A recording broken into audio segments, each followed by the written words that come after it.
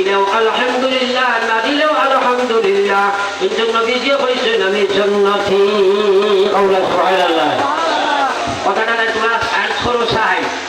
বেটা কইছে দিলে দেও, না দিলে না দেও, তোমার ব্যাপার। নবীজি কইছেন আমি জান্নাতি। ও সুবহানাল্লাহ। অর্থাৎ তার শাদী করার উদ্দেশ্য বেটি হওয়ার না জান্নাত হওয়া। আর আমরা যখন শাদী করার বা দেওয়ার উদ্দেশ্য মাল হওয়া, আর আপনারা কিছু মুরব্বী হওয়ার উদ্দেশ্য বেটি আপনি বাড়ির বান্ধি রাখাই কাম করা যেত না। উদ্দেশ্য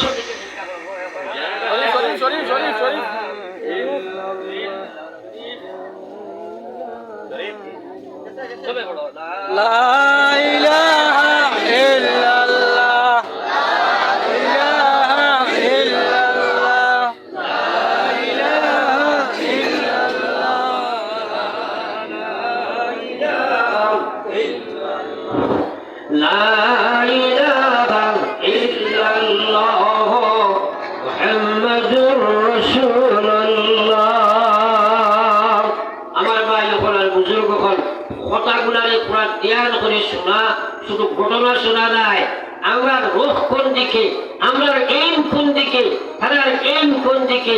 আল্লাহ আল্লাহর যাতে কোরআনে কারিমে বলে আমিনু কামা আমানান নাস, তারা লাগা ঈমান তোমরা বানাও।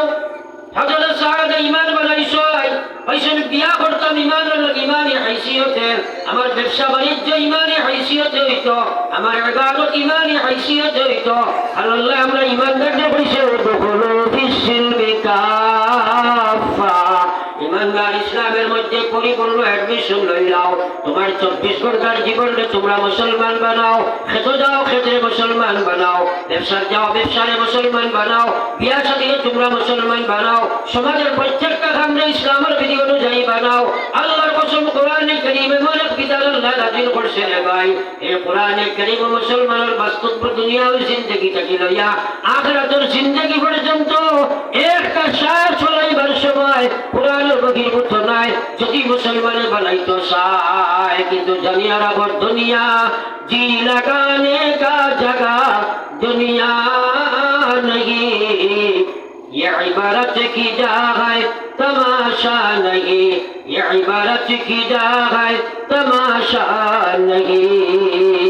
আমার ভাই ওখানের বুজুর্গ খান হযরত সাদ সালামী রাদিয়াল্লাহু তাআলা আনহু কাল শ্বশুরকে কইছেন বাবা তোমার মেয়ে আমার সাথে শাদী দিলে দেও, না দিলে না দেও, তোমার ব্যাপার।